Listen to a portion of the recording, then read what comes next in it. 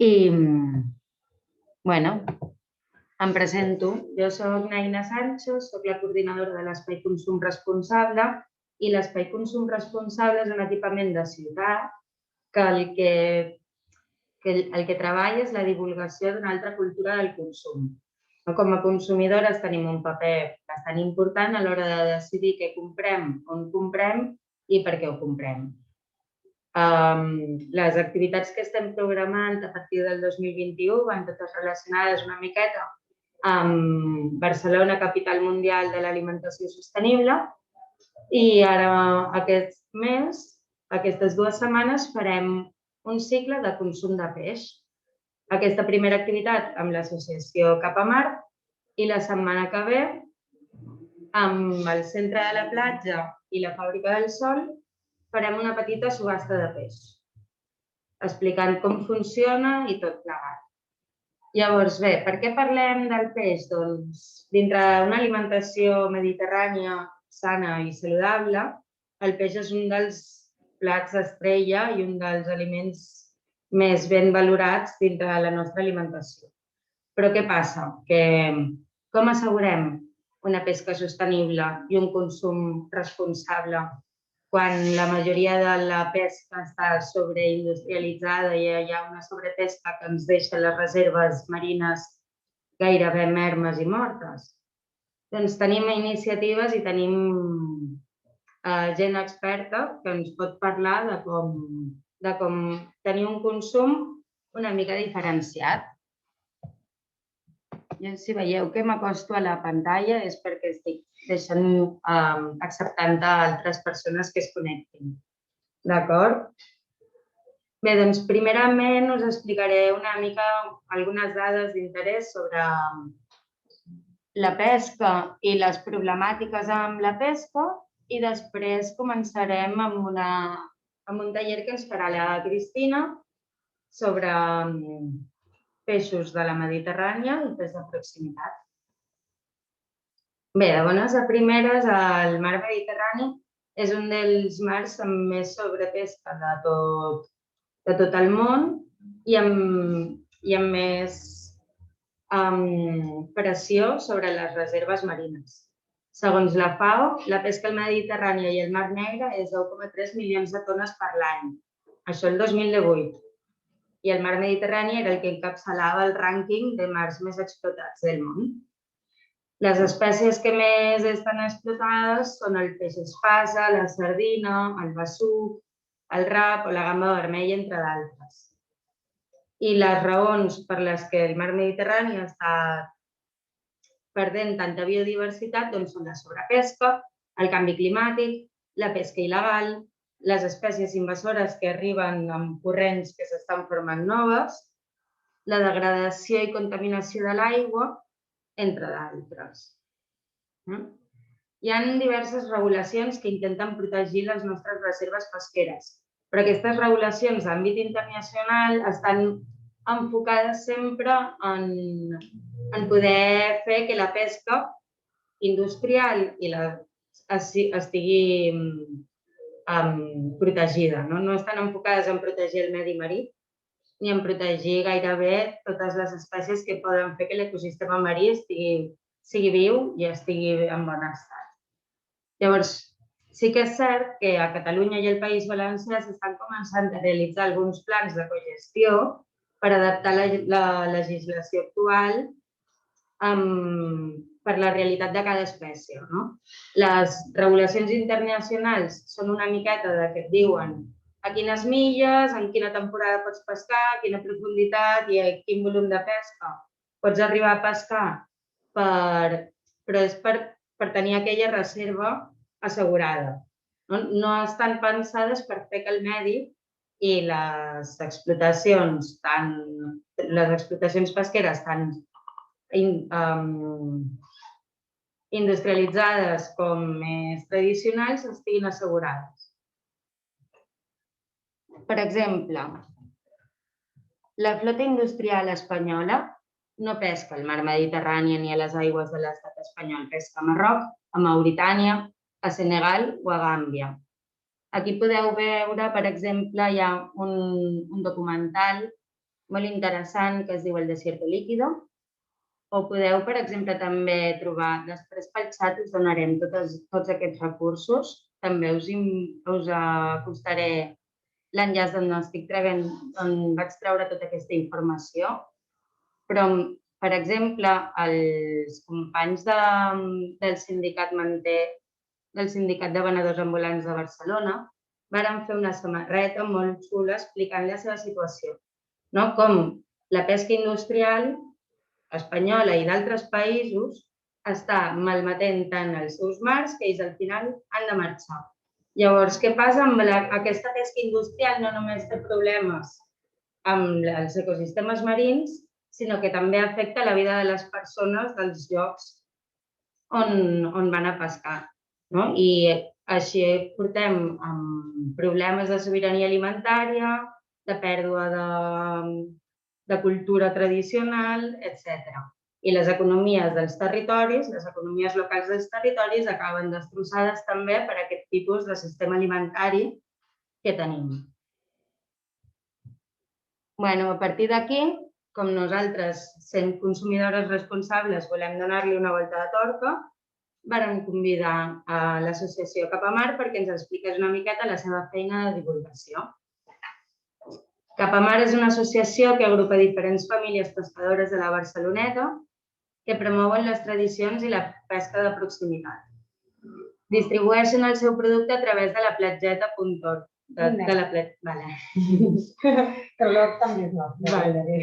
La Platgeta és una cooperativa que compra online on podeu demanar la vostra cistella de peix. I, a partir d'ara, la Cristina ens explicarà molt millor quina és la seva tasca. Hola, bona tarda. Moltes gràcies, Cristina. Presentació. A més, jo tenia com estructurada la presentació una mica, primer explicar-vos una mica qui som i tinc moltes ganes també d'entrar en tota aquesta informació que has donat perquè realment has tocat, jo crec que molts dels punts claus relacionats amb el món de la pesca. Jo, si us sembla, primer em presento l'associació, presento una mica amb qui col·laborem i així, molt ràpidament. Us dic quins són una mica els objectius de la xerrada, però m'agradaria, si aconseguim, perquè estem tenint alguna dificultat tècnica amb l'altre ordinador, però si voleu si teniu preguntes o així, anar-les fent pensar, perquè ja que no són molts, també podem fer-ho el més dinàmic possible, i així que no us avorriu i que podeu també fer les preguntes que se us ocorrin, llavors les anirem responent o algunes les deixarem pel final perquè potser ja les tenim pensat encarar-les, però les altres podem anar-ho parlant. Jo, primer de tot, jo vinc a presentar, vinc amb el barret de Capamar. Capamar és una associació de diferents famílies de pescadors de la Barceloneta, diverses famílies que tenen ganes i interès de cada vegada pescar d'una forma més sostenible i també de donar-se a conèixer cada vegada més. Per què? Perquè, d'alguna manera, tot el que tenia sentit fa uns anys, que Barcelona tingués un barri com la Barceloneta, que era un barri eminentment pescador i els pescadors estaven allà i treballaven allà i vivien allà, doncs cada vegada aquesta realitat, com bé deies, a la part cultural que implica, que després ara ho tocarem, es va desgranant, la ciutat es va desconnectant que té pescadors, hi ha molta gent a Barcelona que desconeix que hi ha pescadors que surten cada dia a Barcelona i que no són pescadors industrialitzats, com els que comentaves, no estem parlant d'un port on els vaixells marxen i tornen un dia qualsevol, sinó que van i venen cada dia. Llavors, totes aquestes inquietuds s'han transformat en Capamar a intentar fer una proposta, diferents propostes divulgatives per fer arribar el que és la nostra realitat. Miro aviam si puc compartir... Aquí, comparteixo pantalla, perdoneu, que jo soy un poco... Compartim aquí. Jo no sé si... ens continuem veient, perfecte. Sí. Però no ens deixa... Aquí. ¿Por qué no nos deja? Ara, sí, s'ha portat bé. Al final el que us deia, un dels socis de l'associació Cap a Mar, entre d'altres, és la platgeta, com dèiem, una plataforma. Us explico una mica d'on ve tot això i per què.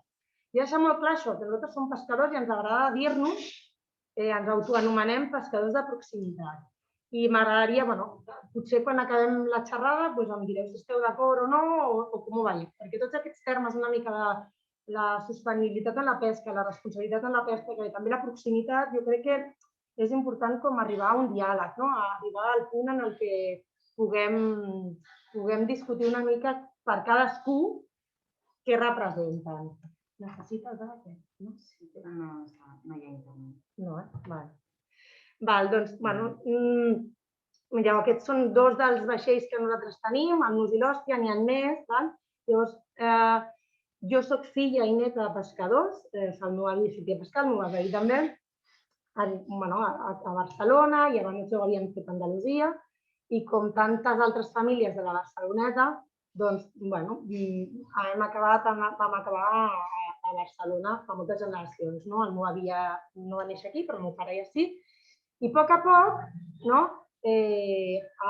l'any 2000 vam decidir muntar la plataforma, que ara no m'entretindré a explicar-vos per què i tot, la platgeta, que era una mica intentar fer arribar aquest peix de pescadors com nosaltres, de la Barceloneta, que tenen un interès en continuar pescant d'una forma sostenible, a totes aquelles persones, totes aquelles consumidores que tinguin ganes de consumir aquest peix. Llavors, poc després, arriba Cap a Mar. I per què arriba Cap a Mar?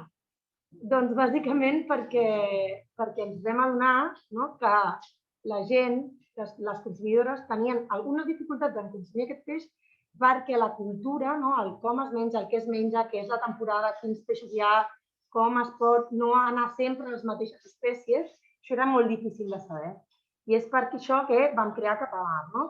Llavors, a Cap a Mar, els nostres objectius són, sobretot, crear experiències, generació de recursos no relacionats amb l'extracció, no relacionats amb la pesca, sinó fer activitats que promoguin el món de la pesca sense pescar més i així mitigar l'impacte climàtic del món de la pesca, intentar anar reduint les hores de pesca sense que això suposi un impacte social amb els pescadors, és a dir, que no hi suposi que els pescadors acabin perdent la seva feina. Llavors, una de les coses que ens van marcar Cap a Mar com a objectius també era com la millora de la imatge del sector. Per què? Perquè ara us explicaré, farem un exercici dintre un moment, perquè al final el món de la pesca és molt ampli, molt vari, i llavors és molt difícil discernir quines accions o quines activitats són més respectuoses, més sostenibles, més selectives i quines no ho són. I també quan s'estan donant aquestes activitats. Llavors, creo que tenemos internet. Sí, l'hem aconseguit. Bé, doncs... Deixa passar. No m'entretinc a explicar-los, us podem passar després o si teniu dubtes o ganes de fer coses amb nosaltres, ja us passarem els links, no passa res, però que sapigueu que aquestes experiències inclouen des de sortir a pescar fins a projectes de memòria històrica amb entitats del barri, a degustacions, sopars temàtics, fins a arribar a la venda de peix, que és el que d'alguna manera acabaria de tancar el cicle. Col·laborem amb diverses entitats, sobretot el que intentem és que estiguin el més vinculades al territori possible per intentar fer com que aquest creixement social no s'esdevingui a través de la pesca, de divulgar les pesques i explicar-la millor, però que tingui l'impacte el més de proximitat possible. Llavors, amb diverses campanyes, o sigui, amb mentoratges, amb premis. Llavors, avui, exactament, perquè no perdeu el fil. Què és el que farem ara? Llavors, a mi m'agradaria començar per definir què és el consum responsable de peix. I aquí jo definiré el que jo, estudiant una mica, he vist que podrien ser les línies principals i després vosaltres també ens podeu dir i segur que ens aporteu molta informació. Llavors, quins són aquells factors que poden afectar a aquesta sostenibilitat?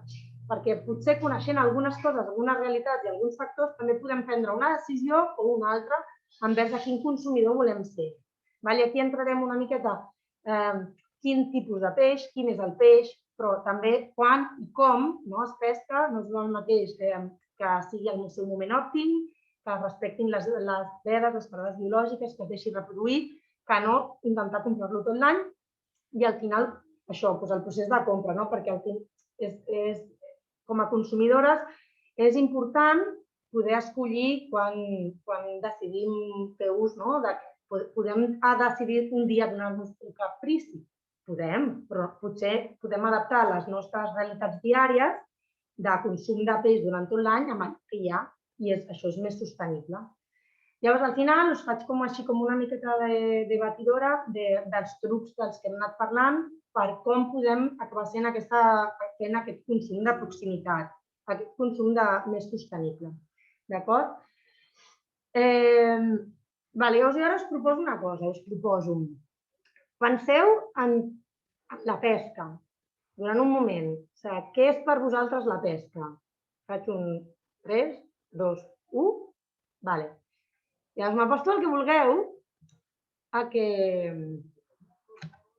ha sortit del vostre clam la paraula explotació, la de sobrepesca,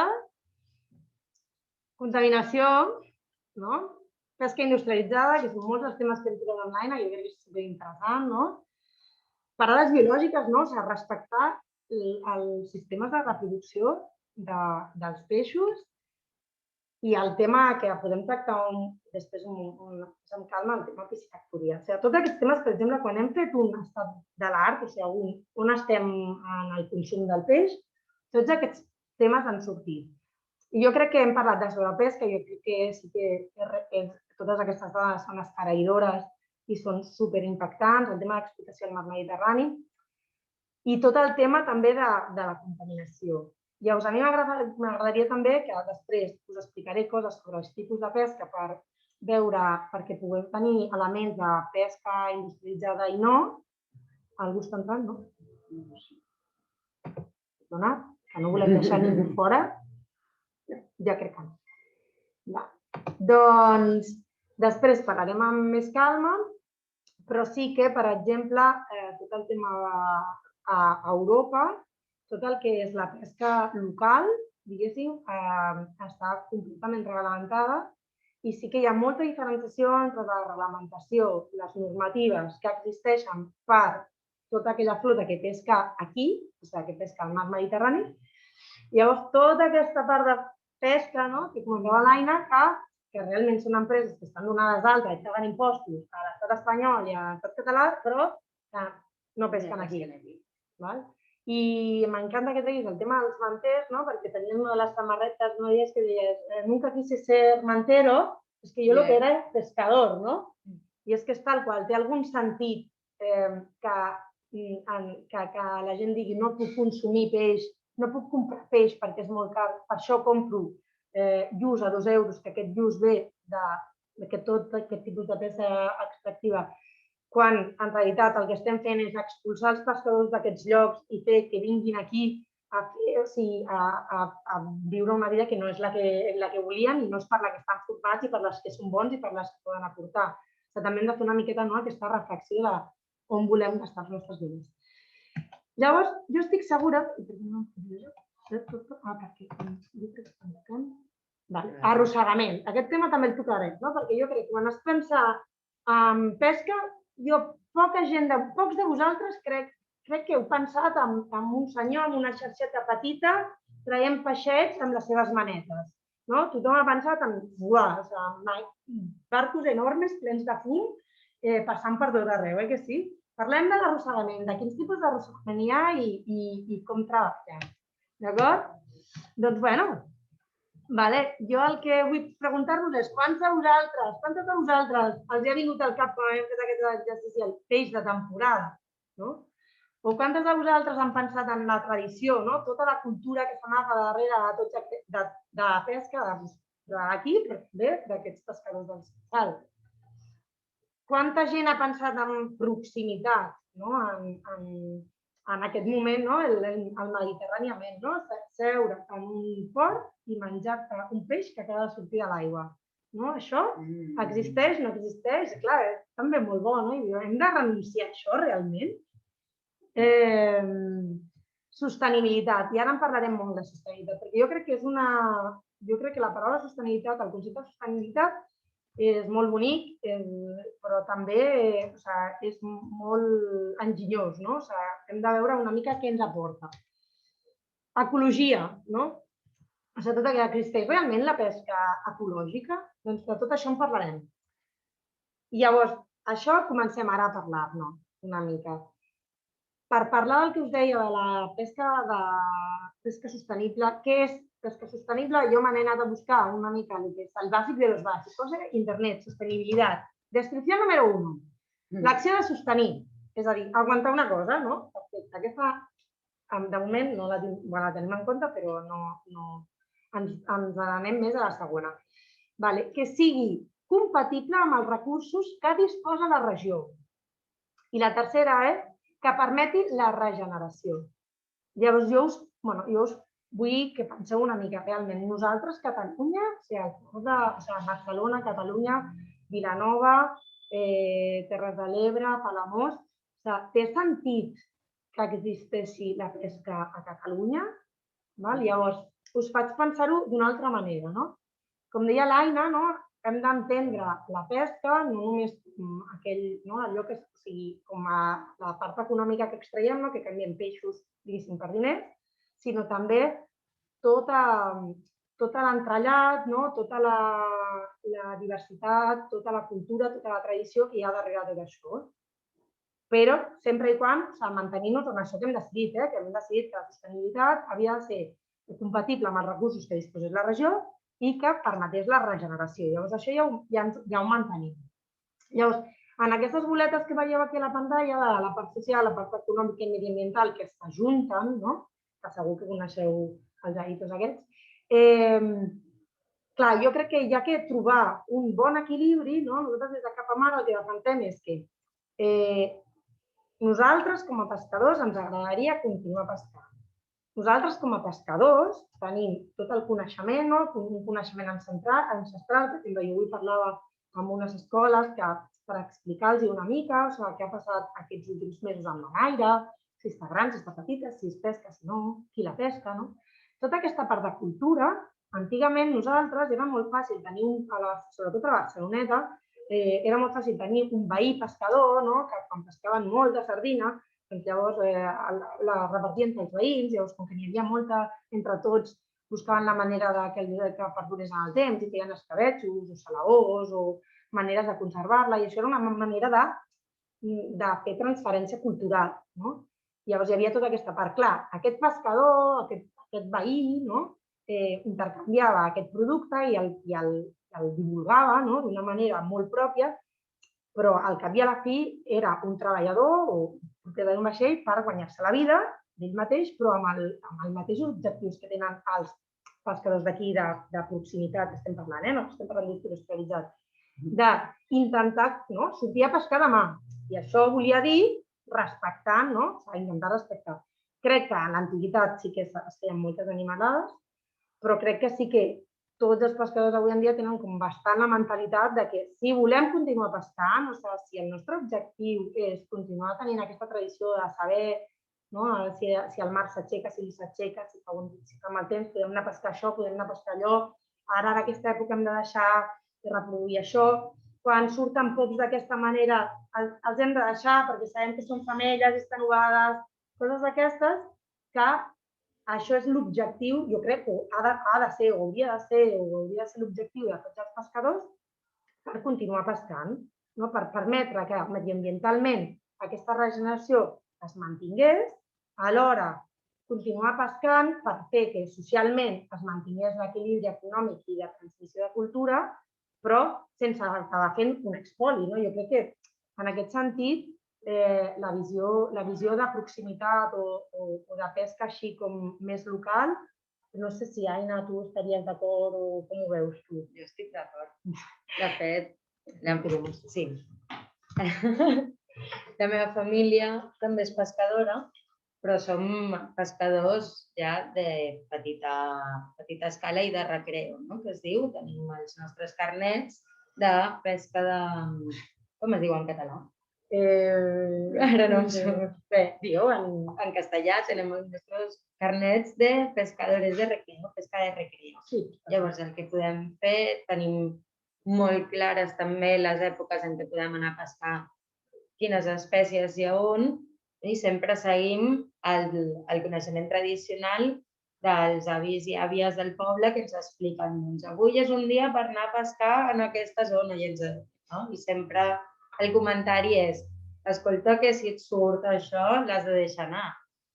O, bueno, la Cristina us explicarà més quan entrem en matèria de quines són les èpoques de pesca de cada espècie. Clar, jo crec que, per exemple, nosaltres, amb els meus fills i tot, també és com, no? O sigui, és aquesta cosa de respectar, no? Per exemple, si s'usa pescar així, que sigui tot màxim per consum. Això em fa com connectar una mica, no? Aquesta part de transmissió a tot allò que deien els nostres avis, no? I que a vegades també es parla molt del descarte, per exemple.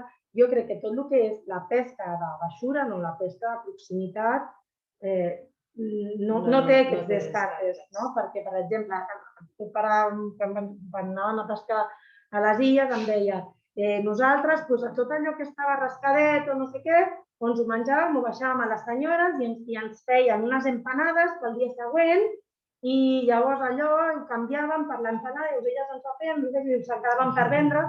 I tota aquesta part jo crec que és molt diferent de quan pensem ara en pesca. Sí, i anem a la llotja i veiem totes aquestes caixes plenes dels peixos de les mateixes espècies. Bueno, a la llotja encara, vull dir, sí. Si fem Mercabarna, que allà... Bueno, llavors una mica jo crec que hem d'intentar... Què diuen? Hem tingut una aportació de la Carri i que té tota la raó, no? Jo tinc molta informació sobre fruites i verdures de temporada, però sobre el peix no tenim ni idea les persones consumidores. I moltes vegades ni ens ho plantegem, perquè sempre veiem el mateix producte a la peixateria, pot ser la peixateria de confiança o pot ser també la peixateria del supermercat. Però sempre veiem el mateix producte. I moltes vegades aquest producte no té gaire res a veure, és un percentatge molt petit del producte que acaben portant els pescadors a port. Sí, de fet, és molt curiós. De fet, hi ha un calendari de la Direcció General de Pesca, que si voleu després us el comparteixo, però jo l'havia posat a presentació, però he tret. Perquè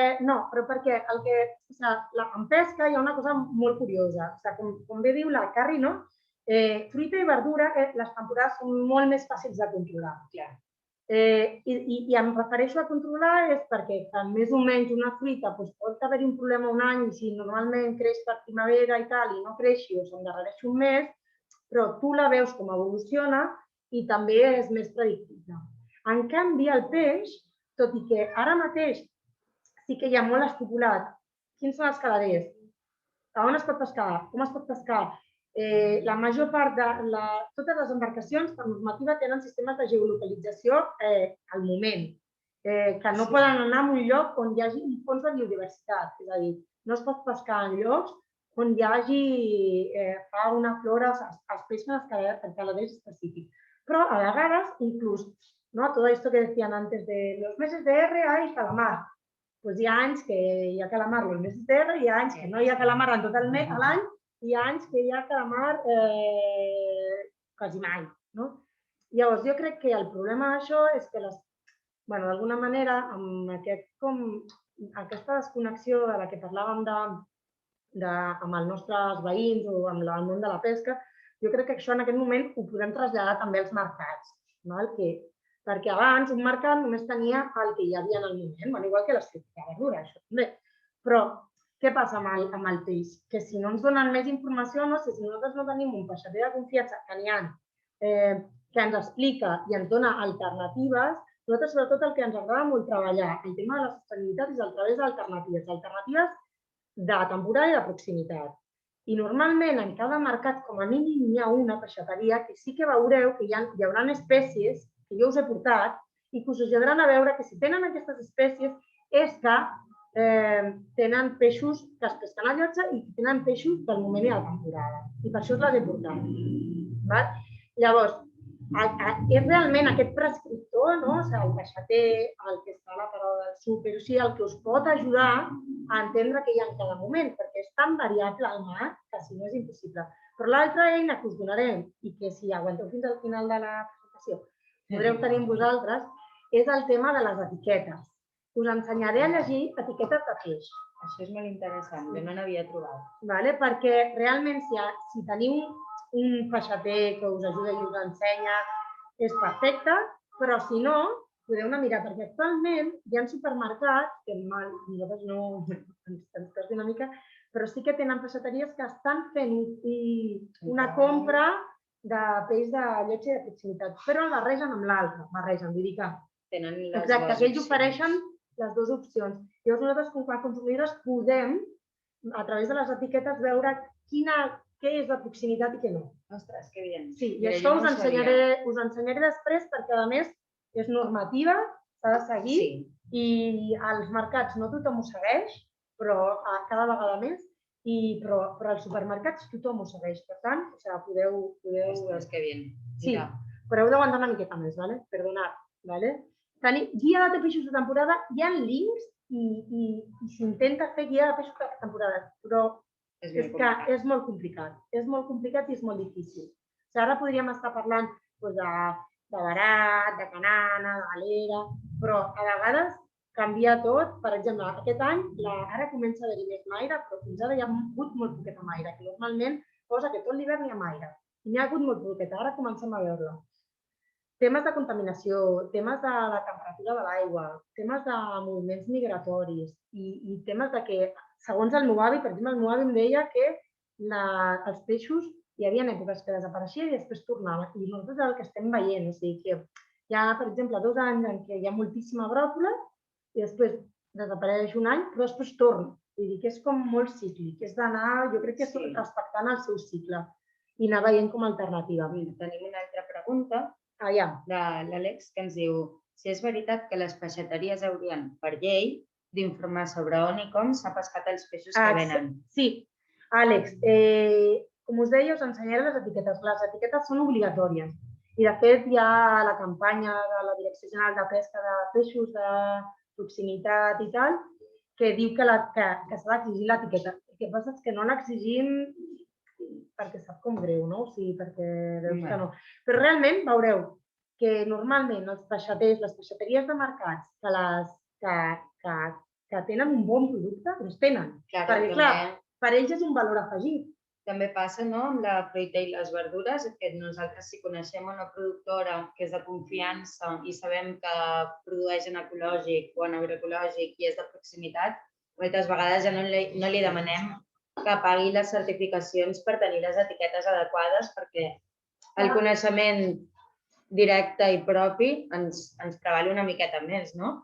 Què passa? Que moltes vegades hi ha productes que no coneixem tant o que la nostra informació com a consumidores no és tant per la mà perquè el camp potser sí que el tenim al costat, però la possibilitat d'anar a la mà no la tenim tan facilitada.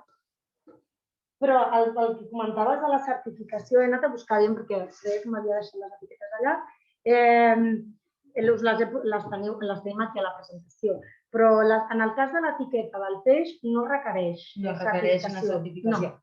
Hi ha una llei... És més facilitadora. Sí, hi ha una llei, després us explicaré també d'on ve el peix i quins són els diferents camins. Però la llei diu que quan un barco arriba a un port i desembarca, allò se'n diu la primera venda. La primera venda es regula amb una etiqueta. Llavors, aquest peix, en la seva etiqueta, sempre tindrà associada quina va ser la primera venda, on va ser el seu desembarc principal. Després també us explicaré, perquè això, clar, evidentment sempre porta triquinyueles, però sí que és veritat que realment, si un peixater compra el peix amb una llotja de costa catalana, té l'etiqueta i us l'ensenyo a llegir en un moment. Llavors, jo per això us deia, temes sobre els que debatre, no em refereixo a fer-ho més llarg, però que ens porten una mica a això que comenteu. Quan diem que un peix és sostenible, entenem en principi, ara acabarem de parlar, però que és un peix de proximitat. I de proximitat, però clar, què vol dir això? Perquè dius, vale, doncs és un, com dèieu, me'n vaig al mercat i al mercat vaig i compro i és de proximitat. Clar, no totes les parades tenen peix de proximitat, ni totes les parades tenen tot el peix de proximitat. Doncs diem, és de pesca del Mediterrani. Sí, però, clar, el Mediterrani arriba fins a Turquia. Llavors, si un peix desembarca, un pescador desembarca el seu peix a Turquia i arriba fins aquí, això és proximitat. Clar, també tenim tot el tema de la mobilitat, el producte associada. Llavors dèiem, diem que és pesca del nostre litoral, litoral català. Vinga, va, sí? Però clar, mireu-vos la següent. I si és un peix que ha estat cultivat i engreixat en una granja que està davant del territori català? Llavors ja estaria inclòs com a... Peix sostenible, seria pesca sostenible. Exacte. Llavors, per exemple, ara mireu la penúltima. Transformat en una fàbrica d'aquell costat. Això es dona molt. Per exemple, amb seitons, anxoves, coses així. Agafem un producte del Senegal, el portem cap aquí, però l'envasem i el preparem. El preparem aquí. Normalment preparar-lo, fins i tot el preparen allà, que és més barat, la mà d'obra, i hi ha menys restriccions sanitàries. Llavors el portem aquí, l'etiquetem. Això és realment un peix de proximitat. Clar, llavors jo per mi, al finalíssim, seria com el que nosaltres creiem que és el més proper, és peix de llotja local. I per què? Doncs perquè a les llotges només es ven el peix dels pescadors que han anat i han vingut el mateix dia, no se li posa additius i no se li fa res al peix. I és d'aquell dia, únicament.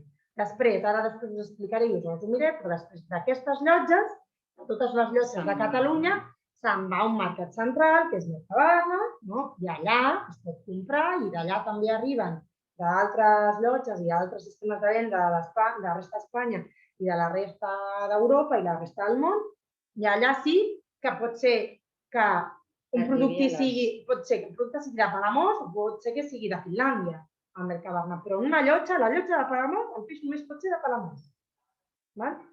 I això és una garantia.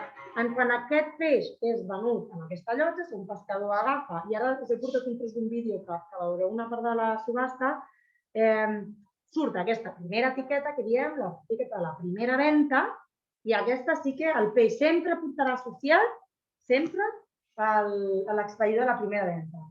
Per tant, podem veure realment si cada producte està transformat. Això no ho podem veure tant, però si, per exemple, una botiga ha comprat a Mercabarna un llenguado d'Holanda i t'ensenya l'etiqueta, una part de l'etiqueta posa que és d'Holanda i que l'ha comprat a Mercabarna, vull dir que ell l'ha comprat aquí, però clar, aquest peix no és d'aquí.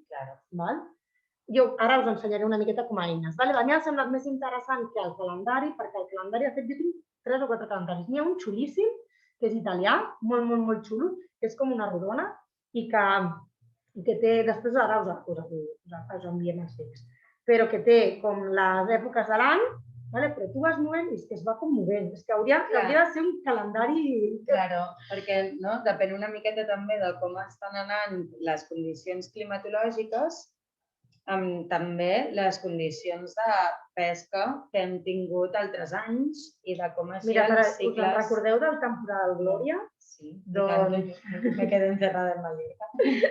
Doncs el Glòria, per exemple, va fer que les setmanes següents hi havia molta més variació de peix, o sigui, és a dir, si normalment hi ha 50 espècies, tantos quilos de tantes espècies, de repente van quantes espècies que només hi ha una passeta o 2 passetes, perquè clar, hi havia una rebuda.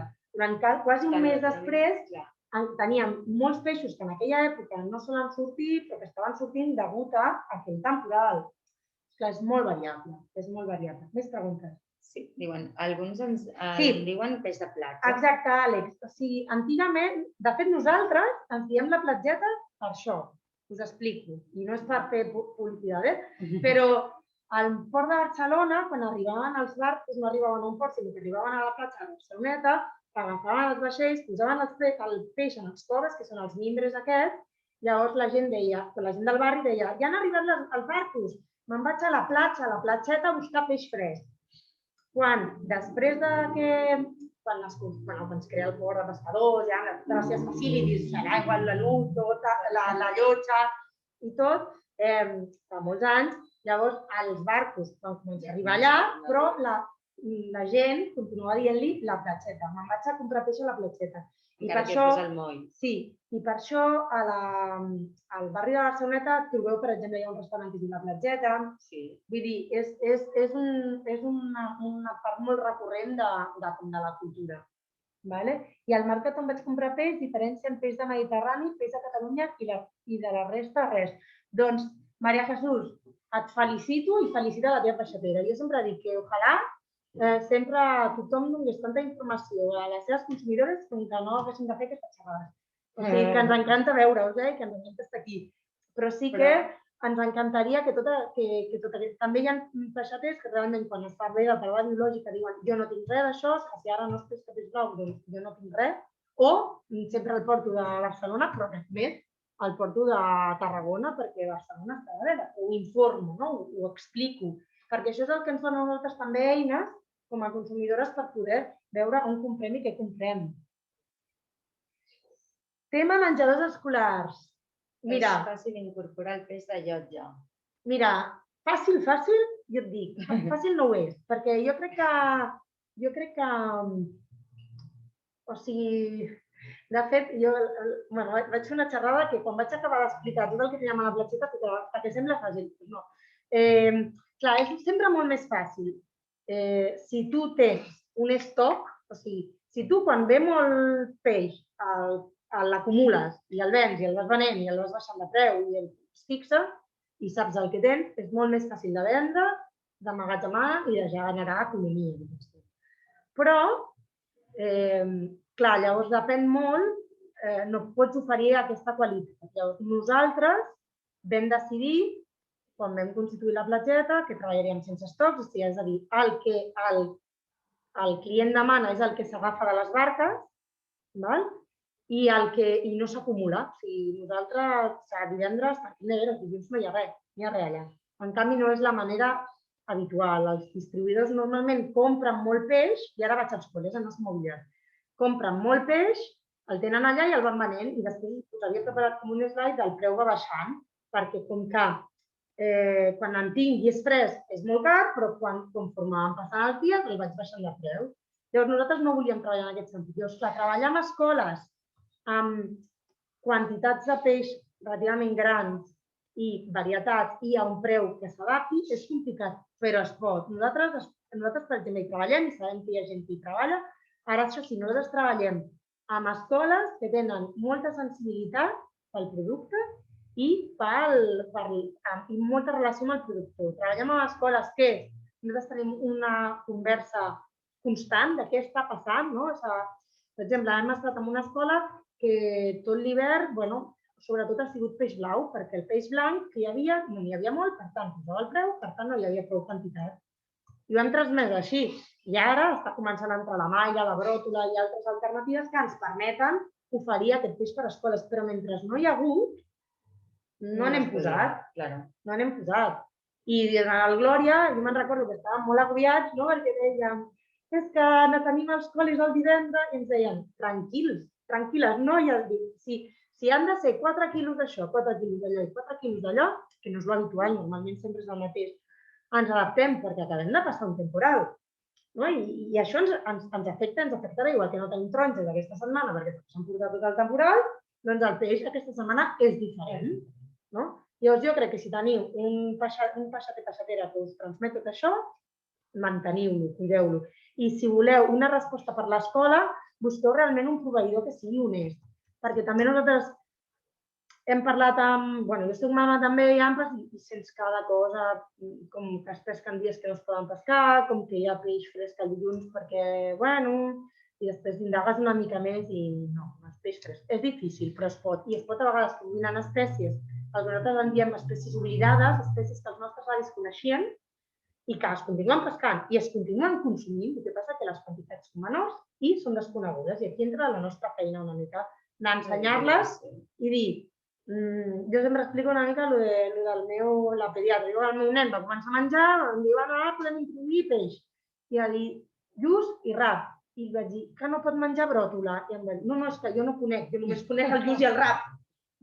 Llavors, aquí hi ha una miqueta el prescriptor, no? Si tu tinguessis un metge que et digués, mira, aquí tens el llistat de tot el peix blanc, que pot menjar, o sigui, es pot menjar i tal, i veiessis coses que no has vist mai, doncs t'animaries, igual que amb les cistelles de fruita i de verdura, que a vegades et trobes i dius, i esto què és? No? O sigui, llavors això també... ¿Y el colorado como lo otro? ¿Sabes? Y os digo, bueno, o lo cociné el otro día y nos quedó fatal. Voy a ver si alguien de la COPE o alguien de mis amigos ho ha cuinat una miqueta millor i has aconseguit que no li quedés aquell gustet a sorra o aquell gustet de no sé què que em molesta. Llavors, això és part de la cultura, per mi, no? Jo crec que és part d'aquesta transmissió. Més. Mira, doncs... Que els assegura, no? Que la peixatera també els ensenya peixos no tan coneguts. Doncs jo me n'alegro i jo faig com una mentora meva que em diu, jo abrazo, una abraçada molt gran a aquestes peixateres que fan una feina molt bona. No. O sigui, totalment en contra d'aquells que ens enganyen i no ens ensenyen i tal, però totalment a favor de tots aquells que fan la feina suprema. O sigui, això, ojalà, novament, dic, ojalà no haguessin de fer aquestes xerrades i ojalà la platgeta no hagués d'existir perquè tots els peixaters del món ens ensenyen un munt de coses sobre el peix. N'hi ha, i abans jo crec que s'estilava més el poder anar a peixateria i que ens expliquessin tot el que... Com anem de temps? Perquè aquí has donat entrada, no? Sí. Si té de connexió o una mica fluixa. Bueno, doncs de temps anem, que són les 6:30. Hauríem de començar amb el taller, que era infinito, però com que ja hem anat tocant temes, era la idea d'aquests slides, d'acord? De poder, que són com microcàpsules que les podem anar encaixant i que després, si voleu, hi podem tornar. Bueno, que bé que estem tots d'acord, no? Que això no és peix de proximitat, no? O sigui, pintorera, huevos de merluza, varitas de merluza preparadas. Sí, el pescador. Això, aquí podem tenir discussions de què és proximitat i què és sostenibilitat, però que això no ho és, estem d'acord. Doncs els ítems que jo crec que nosaltres des de Capamar, després de fer diversos treballs de recerca i bibliografia així, nosaltres el que resumim d'alguna manera és que per nosaltres la sostenibilitat del peix i d'un consum sostenible i responsable de peix hauria de passar per un producte el més de proximitat possible, un quilòmetre zero ha de ser possible, sobretot respectant temporada i additius, no posar additius, el que us deia, amb una llotja mai hi ha additius, per tant, és un bon punt de partida. A partir d'aquí ja el comprador fa el que vol. Però regulat, sí. Però realment, si surt d'una llotja, és perfecte, és fresc i no té additius. Directe del vaixell, si es pot, directe o minimitzant intermediaris, és perfecte. Si el peixater us garantitza que va a una llotja o que compra directament al vaixell i així, és molt millor que no algú que compra d'un distribuïdor. Llavors, també treballar amb algú que treballi o sense estocs o amb els mínims estocs diaris. És a dir, les parades que tenen molta cosa són molt boniques, però això comporta, també hem de pensar que comporta el risc que tot allò, si no es ven, queda pel dia següent. Llavors també hem de tenir com una mica aquesta, a vegades més d'una parada petita en què el nostre prescriptor, que podem encarregar i que ens ho guarden i que no està tot el dia allà fora, que no pas una parada supergran que el dissabte a la 1 està superhermoso tot, i dius, que això no ho tires, o sigui, va a dimarts, per tant, ojo. I per mi això és la carta dels Reis, preu just per als pescadors. Us explico el sistema de subhasta. Quan aquest vaixell arriba al port, imagineu-vos, a l'estiu 40 graus, durant més de 12 hores, marees, a l'hivern fred, aigua, pluja, de tot. Llavors arribes i llavors hi ha un sistema de venda que llavors he apuntat un mini-vídeo en el que hi ha uns senyors sentats uns compradors a unes grades i es pica. Llavors és una subhasta, però és una subhasta a la baixa, al loro. No és a l'alta. No és a l'alta, no és tu vols de gamma, jo la vull i ens anem barallant per aviam qui paga més per allò de gamma. No, sí, és al revés, parteix un preu i baixa. Llavors, clar, com a reflexió, nosaltres ens demanem la reflexió a l'administració, sisplau, canviem això, però també penseu que és molt fàcil que per exemple, en un port del costat s'hagi pescat molt, llavors el preu baixi radicalment, o que els dos compradors d'aquell producte màxim es posin d'acord, llavors facin baixar aquest preu. Llavors, per això diem que és molt dur haver passat tot el dia pescant i esforçant-te perquè després un altre decideixi el teu preu no per la demanda, sinó al contrari, a la baixa. I és l'exemple d'anar-se a fer un cafè a una terrassa i dir-li al senyor, ¿cuánto vale este café? €1,50. I dir, pues mira, te voy a hacer 80 cèntimos. No ens agradaria pas, no?, si fossis el cambrer. Doncs és una mica el que està passant amb la pesca de proximitat. Llavors, jo crec que us ensenyen en un moment el vídeo si ens funciona. No, no ens funciona. Espera, aquí potser el que tenim és... Us enviem Ja us enviarem el link. l'enllaç. Sí, perquè veieu sobretot els primers minuts del vídeo, sobretot perquè us fixeu en aquest sistema de com arriba i com... Sí, ja els enviarem, no patiu, d'aquest minivídeo de com es passa el dia pescant, com es guarda el peix, que en els vaixells de proximitat no són grans processos industrials, sinó que són vaixells amb 4 o 5 persones, inclús els arts menors són 2 persones, i el que nosaltres diem neveres són caixes de material aïllant que es mantenen fredes, que no sols hi ha ni càmeres frigorífiques, ni electricitat, ni plantes envasadores, ni res de tot això. Mira, mireu. Ara sí. Sí. Bien. Bien.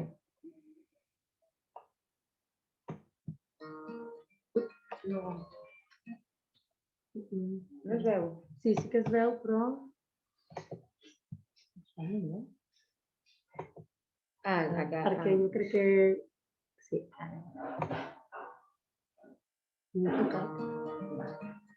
Mireu, 5 del matí, Sortim a pescar, passem tot el dia pescant. Són aquestes persones tot el dia. Salta bala, ja es veu aquí. I penseu que tradicionalment les vaixells de pesca, la gent que comença a pescar als 18-20 anys, s'acaben jubilant al mateix vaixell. Parlem de descat i, per exemple, no n'hi ha descat. Les espècies poc esfillanes es pien a mà i es posen en caixes i es veuen com a morralla o es consumeixen a gust. Clar, aquí ens fa una mica d'enveja. Amb aquest solete s'arriba corrent, es posa tot en carros, no carros mecanizados, sinó a pulso. I cap a la llotja. En aquests moments, per exemple, a la tarda queden 11 vaixells de pesca. No, 10 en aquests moments, perdó. 10. No 100, 200, un inversor de no sé on. Aquí ja és com arriba, d'acord? Però volia una mica que féssiu aquesta... Perdó, després us passo el link i el podeu acabar. Con el carrito del bici. Sí, ai, com ho passem aquí ara? Aquí, vale. Són vaixells relativament petits, que són uns pocs metres, però són 5 persones que normalment es formen i es jubilen al mateix vaixell, que l'armador, el propietari, és el que va pescar cada dia, és una estructura semifamiliar, funciona a nivell cooperatiu, és a dir, els guanys es divideixen, i això no sé si ho he explicat fins ara, clar. Realment hi ha una implicació molt gran entre tot el que estic dient de pesca de proximitat, en vaixells d'encerclament de rossament o dels menors però de proximitat, en què s'estipula una cosa que és la retribució a la part, que és una divisió dels guanys, dels beneficis, segons les funcions que té. És a dir, si és mariner ras, té una part. Si és motorista, perquè com té que fer més feines, una i mitja. Si ets patró, 2. No sé, ja sempre hi ha certa forquilla entre les responsabilitats i les tasques. Però, llavors, l'interès de tothom format en pesca, jo crec que funciona igual també en països com el Senegal o Gàmbia o sud-africans, perquè realment no és un interès del propietari del vaixell, com en els casos industrialitzats, l'objectiu d'aquest estratega és anar a un lloc on hi hagi molt peix, que hi hagi el que vulgui, després, si m'acabo amb tot, ja està. Però, clar, l'objectiu del pescador de proximitat és que tothom es pugui guanyar la vida, continuar fent aquella feina durant molt de temps i conservar-la, perquè és que si no, no té sentit, perquè tampoc sabem fer una altra cosa, no? O sigui, al final, és l'ofici que costa molts anys de guanyar. Llavors, una breu pinzellada, encerclament, arrossegament i els menors. En aquest moment, en el Port de Barcelona, queden 10 arrossegaments petits, que són com els que heu vist, de 5 persones, queden 11 encerclaments, ara puc estar aquí, que poden ser 11 o poden ser 12, i 2 arts menors, un tresmaller i el cote de rande, que és un palangre. Els arts menors són una pesca que a nosaltres ens encanta, però és una pesca molt petiteta, o sigui, van 1 o 2 persones en un vaixell i la quantitat de peix que porten és molt menor. Però tot el que porten a aquest tipus de pesques és molt selectiu i molt respectuós. Sens dubte, és la pesca més selectiva. Per exemple, nosaltres quan fem cistella prioritzem sempre el que hi hagi d'arts menors. És a dir, si hi ha sípies d'arrossegament i d'arts menors, us agafem la sípia d'arts menors, perquè entenem que tenen menys capacitat de venda, perquè tenen menys quilos i, a més, és més bo i és un producte que és molt més dedicat i curat. En arts menors és aquesta imatge que jo us dic. Per exemple, el Rafa és el tresmaller que treballa al Port de Barcelona, que és un amor, a més, ho fa superbé, i el Rafa es passa hores amb unes xarxetes finetes que no arrosseguen res, que estan posades com una espècie de cortina en els llocs que deixen posar, i treu cada peixet un a un. Sí. Bueno, ell és el tresmaller, però el palangre és amb l'am, però el Rafa ni am. Llavors, clar, tot això s'ha de donar valor i també, jo crec que no tenim temps d'entrar, si no en un altre moment entrem. Per exemple, el gran conflicte entre l'encerclament, arrossegament i arts menors, que també està bé tenir com en compte quins són els volums que ens poden aportar. És a dir, quins són els impactes, però també quin és el volum que pot aportar, o per exemple, perquè és molt difícil, no es pot pescar amb arts menors, per exemple, sardina o seitó, ni gamba, per exemple.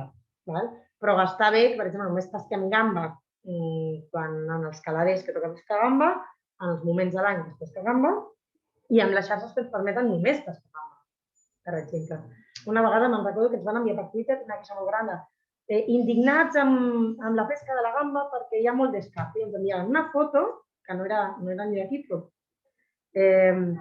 tot amb el vermell de la gamba i amb tots de coses blanques.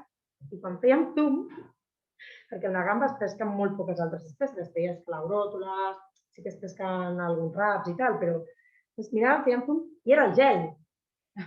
Era tot vermell excepte gel. Llavors, sí que és veritat que en arrossegaments aquests industrialitzats és molt diferent, és una pel·li, és una imatge completament diferent. Si voleu ara, jo us puc passar info de tot això, tota la informació més dedicada, però si voleu, jo ara potser el que faria seria obrir a cistella. I llavors, us puc explicar més coses dels tipus de peixos, el que us deia mentre fem la cistella. Més preguntetes, no sé si... Hi ha persones que ens han comentat que havien de marxar i els he comentat que l'enregistrament del vídeo els hi enviarem. Sí, i tant. I si en algun moment també volen la presentació, sí, sense cap problema. Mireu, això és el que nosaltres en diem una cistella peix. Sí que estem treballant amb envasos més sostenibles, però no hem trobat cap envàs que ens aguanti el gel de la mateixa manera. És un tema. És un tema a fons, sí. Llavors, una cistella, per mi, molt important, el peix sempre ha d'estar en gel. Llavors... Seguim compartint pantalla. Perdoneu.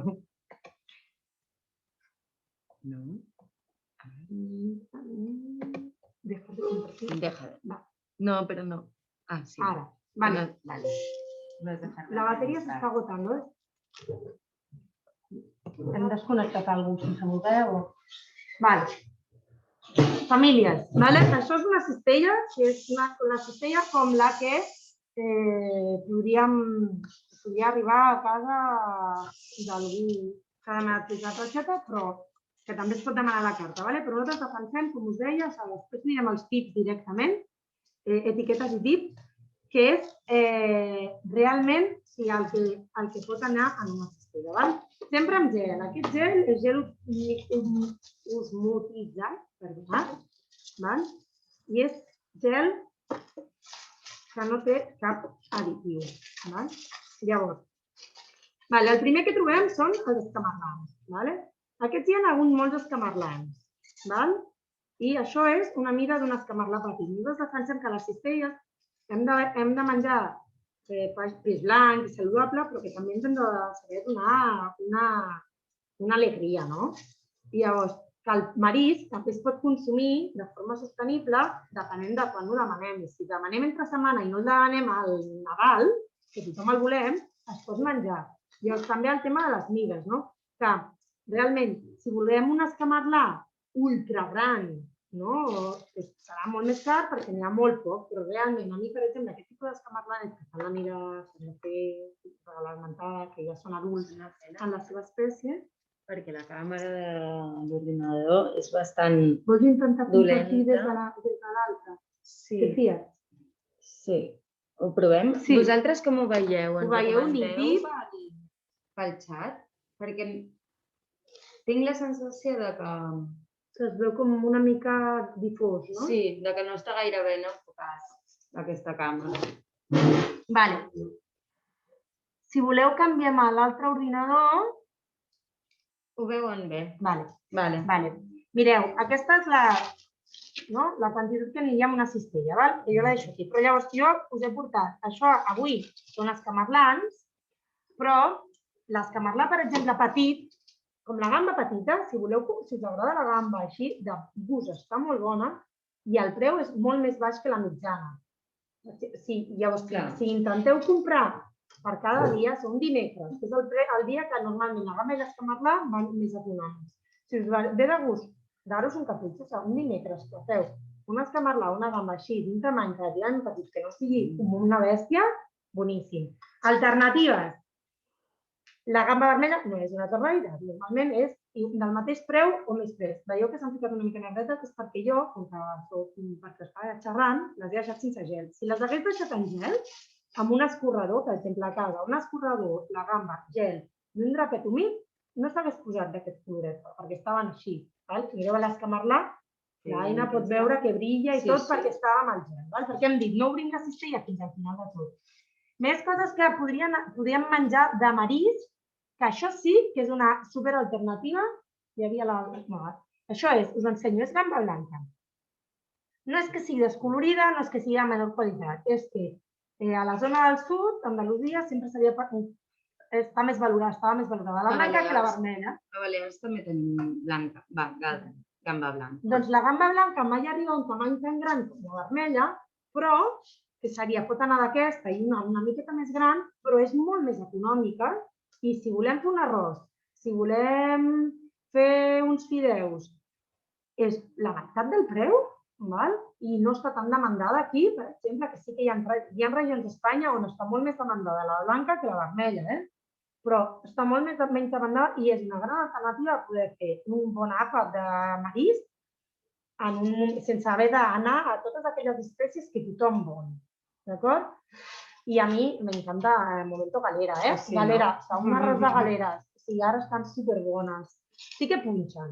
Això s'ha de dir, que els que no... S'ha de menjar, s'ha de saber com menjar. Sí, jo no sé com les menges tu, però jo faig com, quan estan com cuites, faig com un clec-clec per aquí.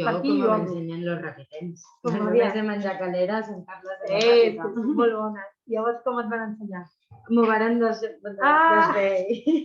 Jo, clar, nosaltres el que fem és fem clec aquí, obres una mica. El que passa que sempre jo me'n recordo de petita, amb el meu pare em deia, bueno, te pinxes, però està molt bona. I a mi me les obria també. Llavors, això és una mica galera mitjaneta, que es pot fer a la planxa, o es pot fer amb un arròs, i té un preu, clar, el que sí que hem de, per exemple, la galera és ara. Ara comença a haver-hi galera i la galera ja està molt bona. Coses que parlem. La closca. La closca podem tenir normalment el que estem així més pròxim nosaltres és el delta. I aquest no és el delta, ja us ho dic ara. Nosaltres posem la closca perquè ens la van demanar. Aquí a Barcelona no hi ha closca. Llavors, el que la gent ens deia és és que acabo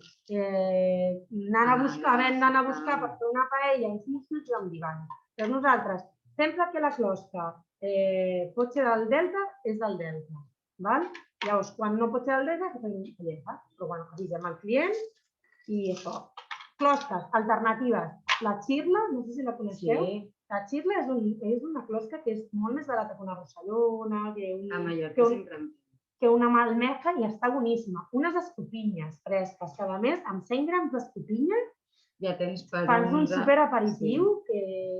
I uns arrossos i uns espaguetis. Sí, boníssimes i a més que no costa. El múscul és superbarat. O sigui, és una cosa que per 4, 5, depèn del tipus de múscul de l'època de l'any, boníssim, però boníssim i va molt bé de preu. Llavors parlem de peix blau. Mira, jo de blau havia apuntat. I ara es parlarà... Ara, si de cas em vas avisant i jo t'ho porto. Aviam, normalment aquí veureu, per exemple, que la Sandrita ens ha preparat, això és una sardina, val? Llavors, la sardina, veureu que aquesta sardina no és supergran, val? Perquè la sardina d'aquí, de Costa Catalana, és així o una mica més gran, però no és aquella sardina. Quan la sardina és molt més gran, la que normalment la gent utilitza per la barbacoa, és la sardina del nord, cantàbrica, que també està molt bona. S'ha de saber, i ja està. O menjar-la quan aquí no en tenim. És a dir, mira, quan no tenim sardina aquí, està bé anar-la a buscar allà on sí que n'hi ha, però saber que no sempre n'hi ha. Llavors, alternatives que es poden trobar al peix blau. Com a peix gran, diguéssim, a mi m'encanta el barat, haig de dir-ho. La caballa, xicos, xiques. Boníssim. És boníssim, és preciós, veieu que és com... Atigrat. Sí, és com molt... I llavors, ara podem a l'obrir. Ja he dit, no sé si me controlaré, però... Doncs no. El barat és una alternativa. Normalment, quan parlem de peixos blaus, sempre hi ha molta controvèrsia amb... La sardina i el seitó són peixos que es pesquen en molta quantitat perquè viatgen com en banc de peix.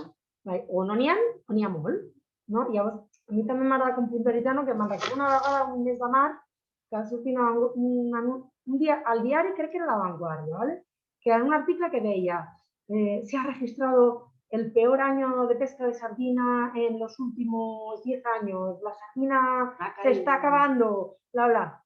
Era veritat, però el que no van fer un nou article al mes de juny, quan va ser el mejor año de pesca en los últimos 25 de la sardina. Vull dir que això també a vegades és gestionar la informació equilibradament, diguéssim. O sigui que està molt bé que ens diguin si un any no està ben sardina perquè posem medis i veiem realment si estem fent alguna cosa que no hauríem de fer, però també està bé que ens diguin quan sí que n'hi ha, o quan ha tornat o així.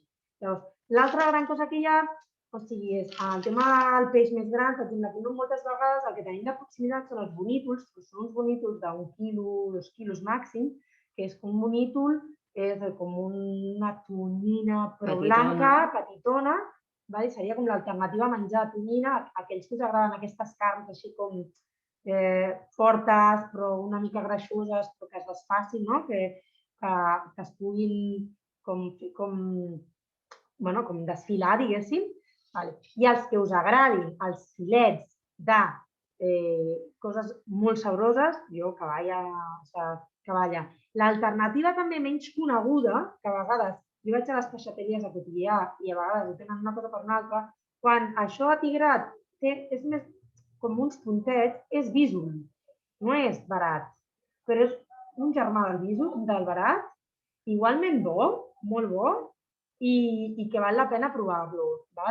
L'altra alternativa al bonítol és també la melva. No conec la melva. Com a nom, melva no conec. No? Doncs és un tipus de peix que també ve en temporada i ens serveix també una mica per buscar aquest tipus de tall. El que jo dic és que un peix que sembla carn, una mica com aquesta textura, no? Sí. Doncs s'assembla es pot més. fer estofat. Sí, amb un marmitaco, a la planxa, sí, un plat més petat i més cruet, tot, sí, permet tot això. Llavors, la tonyina és el que té.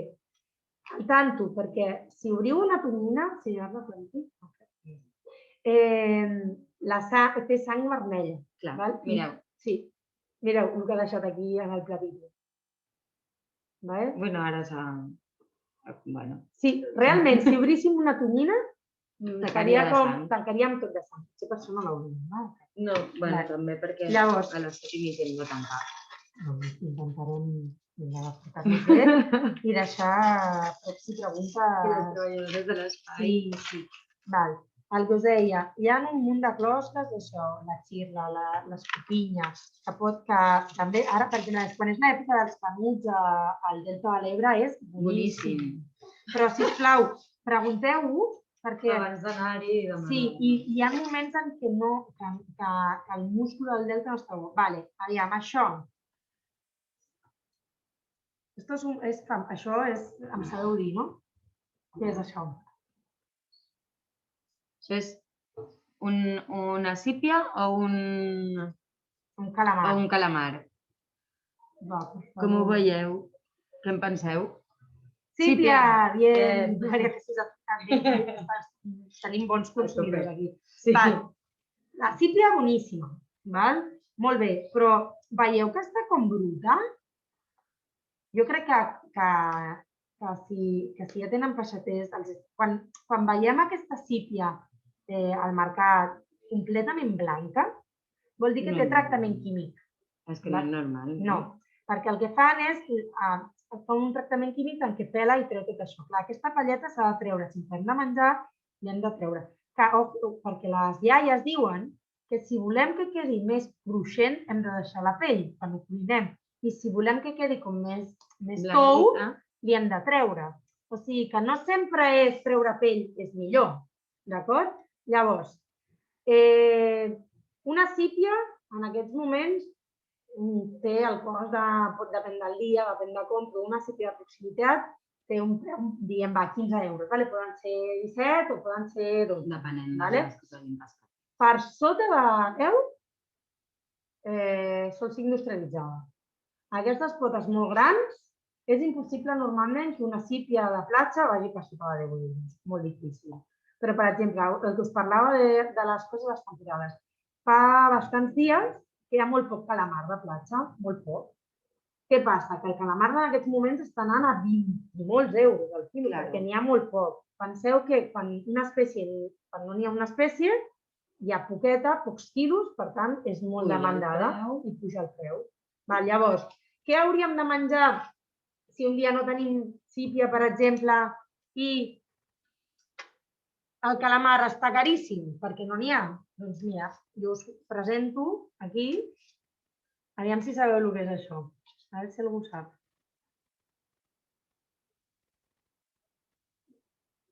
A veure, jo no ho sé. Si no és sípia i calamar, no ho conec. Ja us dic, s'assembla... Canana. Exacte! Has dit la Maria Jesús també o no? La Maria Jesús. La Maria Jesús també ho ha sapigut, però abans de la Maria Jesús, una altra persona que té el nom M. Doncs sí, canana. Mireu, és una camarona molt bonica, aquesta. Jo, l'altra, quan vam començar a arribar, té, no sé si es veu, com aquests puntets que la diferencien i potser sí que les potes són diferents. I és família de? Seria com un cosí del calamar. Del calamar. Diferències. Sí que és veritat que la canana és molt bona, molt més salubrosa per fer estofada o com una marca d'un arròs, per exemple, però sí que és veritat perquè per fer-la a la planxa queda una miqueta dura. No és impossible, la meva iaia la feia, jo no sé com. Després hi ha unes quantes iaiones d'aquestes de la Barcelona que et diuen, no nena, però si és molt fàcil. No és tan fàcil. Tota la vida. No és tan fàcil. Bueno, almenys jo puc dir-vos que et quedi com a la planxa i no et quedi dura, no és tan fàcil, però es pot. Però, per exemple, si la vostra alternativa és per fer un arròs o un sofregit d'aquests ben tubets, que deixi molt de gust, uns fideus, un marmitaco, unes patates amb una gambeta o amb una closqueta o alguna cosa, o inclús, per el que tu deies, una bona pasta, o sigui, té un bon sofregit i tal, la canana. I la canana, normalment, 9 euros al quilo màxim.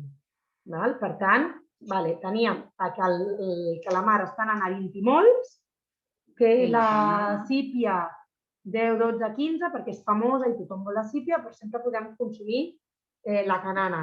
Canana amb ceba, Maria Jesús? Oh, boníssima, boníssima, boníssima. I hi ha una variant que hem de provar, que és com la canana amb ceba i reposant amanides. Que hi ha una recepta de la Ruscallera, boníssima. Sí, a mi me l'han preparat, no l'he preparat.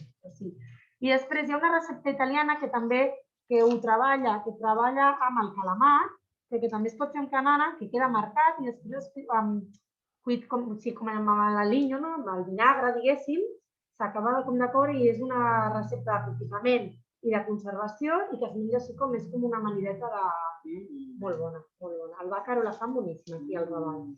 Això... L'identifiqueu? Potser no es veu gaire. Jo m'apropo. És... mollera? No, però bueno, que tinguem algú que sàpiga el que és una mollera. Mira, Maria Jesús... Un pedaç? Això són palaies. Potser perquè no es veuen bé en aquesta càmera. Però palaia sí. Palaia. Penseu que la mollera és més, és com més panxuda, no és tan plana. Però jo avui he anat a mirar si ahir va haver-hi mollera per portar-nos-la, perquè la mollera realment és una gran alternativa per fer fritura. És un peixet baratet, o sigui que val 6, 7, 8 euros al quilo i que es podria valorar com una alternativa com de relleno de fritura a un lluç, per exemple. I és com seria el pedaç. Nosaltres li diem pedaç. No sé, jo crec que el pedaç és aquest. Tenim la variant aquesta que és la... Sí. Nosaltres tenim la palaia i també la bruixa. No, el pedaç és la bruixa. Vale, sí. Si me dice mi padre que se parecen, le dic no, però estem parlant d'un peixet pla, amb els dos ullets d'aquí, que normalment viuen a la sorra, per això s'amaguen.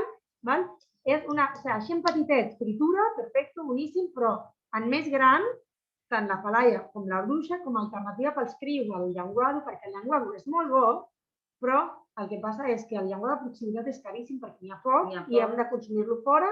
Llavors, si agafem una bruixa gran o una palaia gran, ens en sortim molt bé, és molt bo. Els nens els devoren i a part la pell, sí que és veritat que hem de tenir cuidado amb l'espina, però si nosaltres fem el filet, que jo si voleu us ensenyo un dia, però bàsicament per fer el filet no el peleu, per Dios. Bueno, es pot pelar, nosaltres inclús tenim vídeos de com es pela, però si quan el fregeixes, després li rasques la pell, ja per als nens que no vulguin la pell, salta, de fet jo me'n menjo jo la pell, me la menjo jo i xupo el que queda de les espinetes, llavors separes els dos lloms igualet que un llenguado. I no cal ni saber filetejar ni gastar molts diners en això. Llavors hem trobat les palaietes, aquestes són unes cistelles senceretes, jo vaig deixar... N'hi ha moltes, Sí, normalment nosaltres dividirem la idea és que nosaltres ens trenquem el cap perquè pugui ser una cistella de mínim 2 quilos, 2 quilos i alguna de peix, però que doni per molts àpats. Perquè entenem que la gent no li sobren els calés, però si el que volem és que mengin, escollim les espècies que permetin com més quantitat. Però sempre garantitzem que de peixet així petit de fritura, que podria ser una mollera, pot ser una brotoleta, una palaia o així, són 400 grams.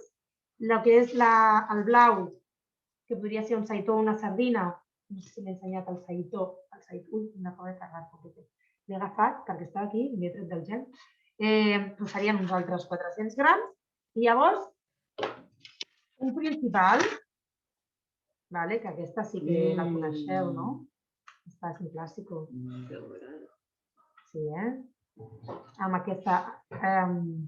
L'identifiqueu? No sé si realment, però em van explicar fa poc que li deien orada perquè això ho tenen daurat. Clar, bé. Sí. Llavors els pagells ho tenen vermellet. I així, aquesta sí que és un clàssic. Llavors, l'alternativa al pagell. Jo us volia portar, i l'alternativa a la durada, per exemple, per mi seria un pagell, un sard. Un sard, boníssim. Boníssim, molt bo. Per mi, de fet, és més bo, inclús.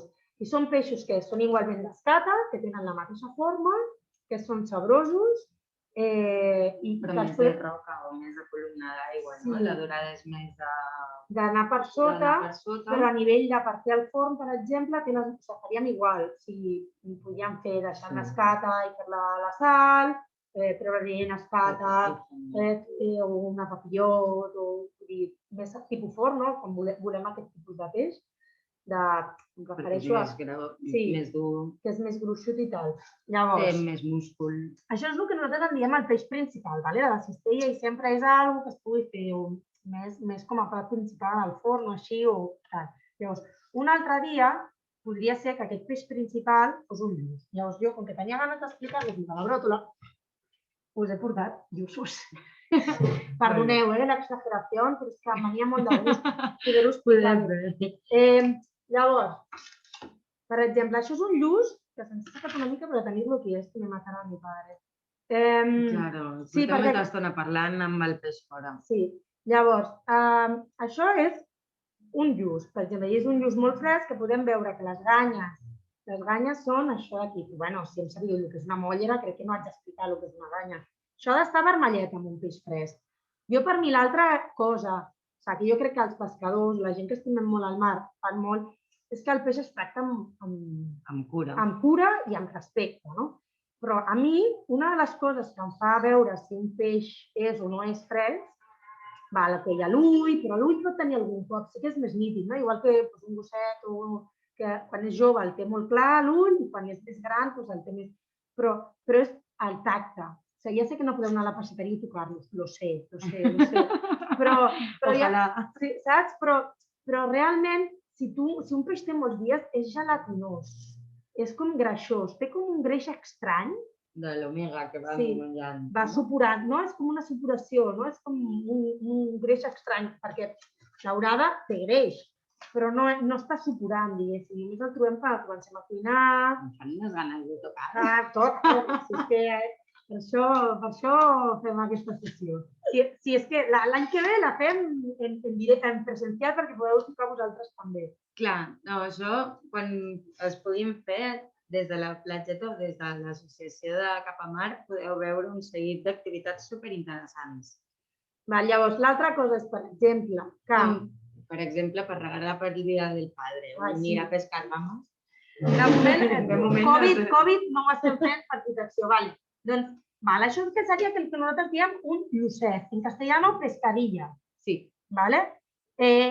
Normalment, aquí trobem, en Costa Catalana, trobem aquesta mida, li diem llucet. Si fos una mica més gran, això fa uns 150 o 200 grams.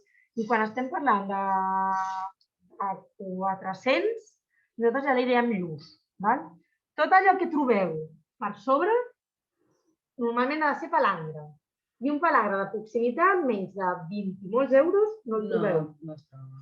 Si trobeu de menys, vol dir que no és un palangre de costa, no és un palangre de platja, no és un palangre d'aquests que hem parlat, de proximitat, perquè és impossible. Jo tinc un amic peixater, que és molt maco, Miguel, que em deia, yo les decía a mis clientes, me preguntaban, ¿por qué tienes merluza de 4 euros y de 20 euros?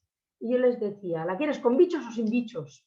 És molt bèstia, Miguel? Però sí que és veritat que la de 4 euros, com deien, perpetua aquest sistema que dèiem d'anar a buscar peixos a llocs molt llunyans, pescar-ho un dia, tenir-ho en càmera molts dies, arribar a un port, vendre-ho, perquè clar, aquest peix ja té molts dies, s'han saquejat fons marins, s'han pres riquesa, diguéssim, de pescadors locals d'on sigui, i llavors després industrialment, en camions, en vaixells, arriben i van passant els dies i els van venent. I arriba un moment que aquest peix té 2 o 3 setmanes, o els dies que calgui, i llavors, clar, té més probabilitats de tenir bitxos, perquè fa molts dies que va pel món. Nosaltres, anisakis, abarca alguna vegada en alguna espècie molt de fons, un rap, però és molt estrany veure anisakis amb peix fresc al dia. Es pot donar, però és molt estrany. I menys el cuc ja que se vea. Llavors, claro, decimos, vale, sí, pescadilla petitona de la d'aquí, genial, sí, però és que, Cris, no tinc 20 euros, no? Jo els hi haig de donar als nens un peix blau, perquè l'altre un peix blanc, perquè el peix blau que hem vist té massa gust i no els agrada i tal. Què fem? Doncs clarament, jo és que ho tinc claríssim. La bròtola. La bròtola és el germà lleig del lluç. A mi una vegada una clienta d'un restaurant molt pijo em va dir que me la tornava perquè estava mala, perquè tenia los ojos para afuera, que els té, la boca para afuera i la barriga llena de bichos, em va dir. Sí, la bròtola és així, i us explicaré per què és la germana feia del lluç, clarament, perquè la bròtola es pesca amb la gamba a molta profunditat. Llavors, quan puja, per diferència de pressió, s'infla. Si nosaltres ara comencéssim a obrir-la, els ulls farien... I, evidentment, aquesta panxa no té bitxos, és que és així.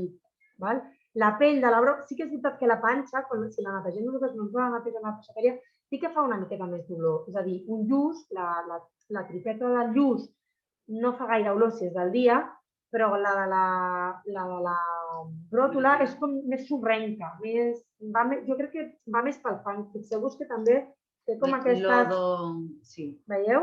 O sigui... que va rascant el terra per veure què troba. Aquestes cosetes es van movent, llavors van més pel terra. I sí que és més gros, una vegada neta la trufa, això no ho hauríem ni de notar. I sí que és una alternativa que rarament va a més de 10 euros. Rarament, però que us dic, que aquest hivern n'hi ha anat, o sigui, perquè n'hi ha hagut molt poques i no n'hi ha hagut, però ara sembla que comencen a pescar-se.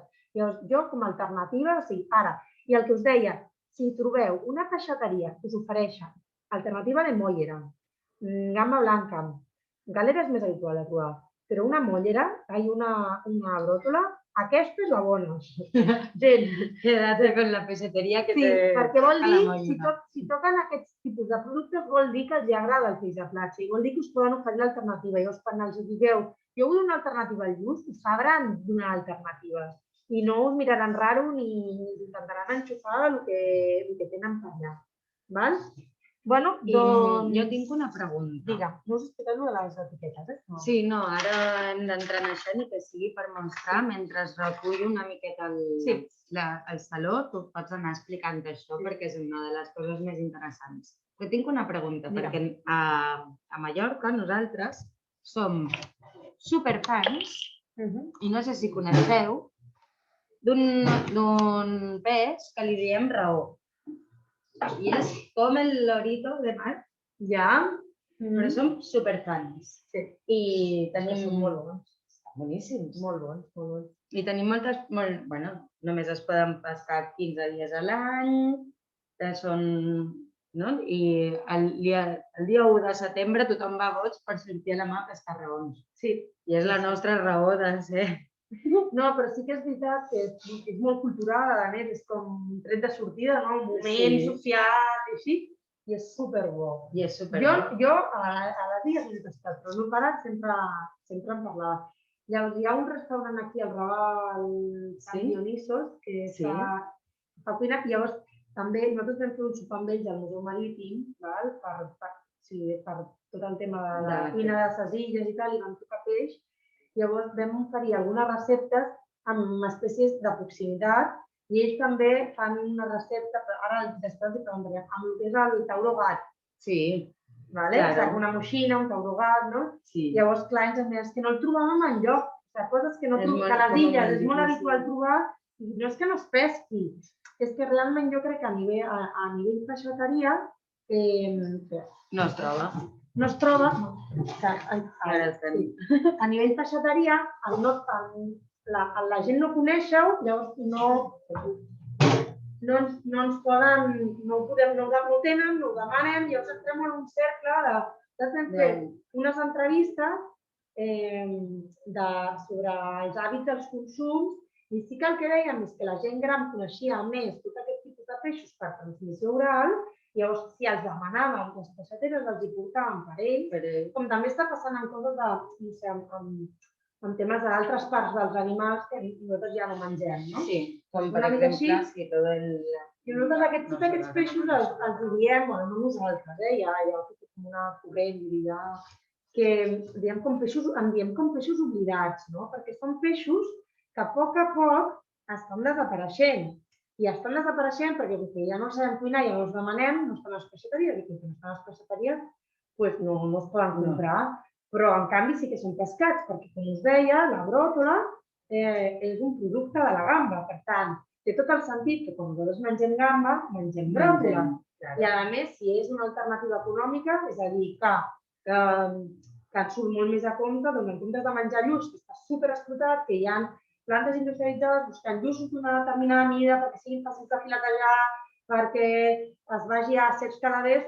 No, busquem el que tenim aquí a prop, que són caladers que tenen uns fons sorrencs i que ens proporcionen la durada. La durada és molt de temporada. La durada, normalment, si jo parlo amb els de la barca i tal, em dic que és més novembre i tal, però, per exemple, aquest any ha arribat més tard. I ara n'estan havent-hi molta. Sí que és veritat que les mies varien, però normalment, si anem a unes peixateries, el que trobem són durades de piscifactoria. Llavors, aquí entra un dilema. No entraré si voleu un altre dia, però... La piscifactoria... Farem més xerrades sobre el conjunt de peix. Hi ha molts models de piscifactories i entren molt en el tipus també d'alimentació. Al final, hi ha molta gent que deia que el futur de la pesca passarà per la piscifactoria, però el que deien és que no la piscifactoria com s'està fent en aquests moments, perquè al final no sé si té molt de sentit que estiguem donant a menjar uns peixos que estan en unes granges i aquest menjar vingui de l'altra banda del món. És a dir, hem de trobar sistemes en els que podem regenerar i que siguem respectuosos amb el mar, però en global. I que les pescatòries podrien ser també reservoris. Exacte.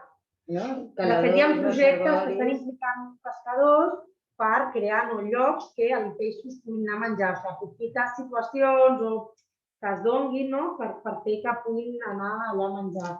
I després has dit una altra cosa abans del començament també, com per acabar-ho de lligar.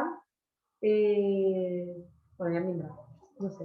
Us explico, si voleu, el de les etiquetes amb la presentació, que tinc una etiqueta tipus i si voleu ens feu arribar. Mireu, l'escata de la... Tindrem escata de dorada per tot arreu. Si voleu, després també ens podeu fer com arribar preguntes inclús a través de les xarxes socials, de la Copamar BCN o a través de la platgeta, amb PJ, o a través de l'Aina. I qualsevol cosa que nosaltres us podem ajudar, que sapigueu que hi ha peixaters que ho fan molt bé. No volem dir que no, però sí que és veritat que hem de... Sí, que necessitem com més la cultura del peix. Hem d'intentar buscar el que s'havia fet tota la vida i de conèixer el peix. Mira, jo ara estic intentant compartir la pantalla, un segonet, un segon. Compartir i anem directe a l'etiqueta. Jo durant uns moments, fins que no torni l'Aina, intentaré mirar... Mireu, això és una etiqueta de peix. Em poso més cap aquí. Oi que vosaltres veieu... Aquest no té internet. Mireu, podeu veure el meu cursor, em sembla que sí. Veieu, a la banda de l'esquerra es veu normalment hi ha la zona on posa segell. Això és la informació de la primera venda. Veuríem un segell, la zona de pesca i la zona de captura, i a la dreta posaria, en el cas de la Llotja, seria la Llotja de Barcelona, carrer Escat i a Barcelona. I veuríeu que a la dreta hi ha un òval que posa S287. Evidentment no ho sabreu mai al registre sanitari d'on ve, perquè és molt difícil. Però sí que us dona una idea de que de si hi ha una traçabilitat i si està seguint la reglamentació. Les llotges, totes les llotges catalanes funcionen superbé i estan totes, segueixen normativa i, per tant, tota la part de l'etiquetatge està molt ben fet. Per tant, els peixaters, peixateres o els llocs on es pot comprar un peix de proximitat, sempre normalment mostren les etiquetes i aquí veureu de quina llotja. És molt important també veure quin dia. Ha de posar el dia. En tota la part, veieu a la part de baix, la data de captura. Això perquè, veieu a baix de tot, mira, fico el cursor, mireu aquí. Doncs aquí vosaltres podeu veure quin dia. Per què us explico això? Perquè, per exemple, hi ha supermercats que estan comprant en llotges, però compren en llotges un dia, dilluns, per exemple, i fins que no el venen, aquell peix és de llotja. Sigueu també, podeu anar mirant, perquè llavors, si sabem que compren tots els dilluns, doncs vaig dilluns, si el compri és un peix fresc, és un peix bo. Però no comprem divendres, que llavors té 4 o 5 dies, hem de comprar-lo dilluns.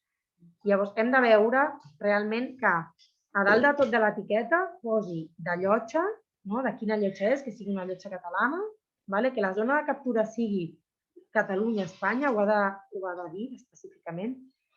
Després, normalment us diran el nom comercial. Hi ha molt timo del lluç. I el lluç, sí que realment el lluç d'aquí de costa es pot diferenciar molt per les aletes, però és com més difícil. Jo ara no sé si soc capaç, però el lluç que... No, així no soc capaç. Veieu que les aletes aquestes, el lluç cantàbric les tenen més endavant, però és molt difícil veure-ho això. Però el que sí que podeu veure és en l'etiqueta. Veure d'on és i ha de posar, si us diuen Atlàntic, ja veieu que no és costa catalana, però almenys que sigui Atlàntic espanyol, perquè sí que queda normativa, i després veure la part aquesta que us deia de la data. Llavors, és molt important també que aquí a la part dreta on posa mètode de conservació, aquí és on s'haurien de posar també si en aquest producte se li ha posat un producte de conservació. Hi ha moltes vegades que les gambes, antigament es feia molt això, es posaven productes perquè o es quedés vermella o en el cas de la gamba blanca que es quedés blanca. Molta gent diu que és al·lèrgica, que té una al·lèrgia al marisc i no s'atreveix a menjar marisc, però en realitat moltes vegades no són al·lèrgics al marisc. Són al·lèrgics a aquests polvos, aquests conservants que li posen al marisc. Llavors, la gamba s'acaba sempre posant negra. Això passa, jo crec que passa amb molt més dels aliments del que ens pensem. Sí. La gamba, mireu, jo l'he portat completament vermella.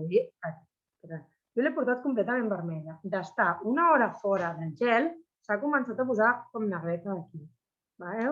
Si una gamba té més de 2 dies, si no es posa una mica negreta, no cal que si es posa molt negreta potser és que té molts dies, però que si veieu que té un vermell així saludable, i és brillant, i està bé, i fa bona olor, i es va posar una mica negra per aquí, no té problemes, és perquè no se li han posat cap tipus de polvos.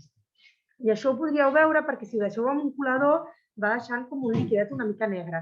Si tingués polvos, el liquidet sortiria més tirant a groc. Va suporant com un líquid groc. I això és el que moltes vegades fa que es generin més al·lèrgies del compte. La gamba blanca, si la voleu conservar, es posa negra en seguida, però si la voleu conservar, l'heu de conservar amb aigua i gel. Si posem una mica d'aigua i posem una mica de gel de la cistella i ho deixem a la nevera. En canvi, la gamba vermella ha d'estar fora del gel, però amb un colador s'ha d'estar en contacte amb el seu líquid i amb un drapet de cotó mullat perquè no s'ensegui de la nevera. Important, en l'etiqueta també veieu que després del nom comercial posa Barco, que posa Cabrera 2, Arte de Pesca, Cerco.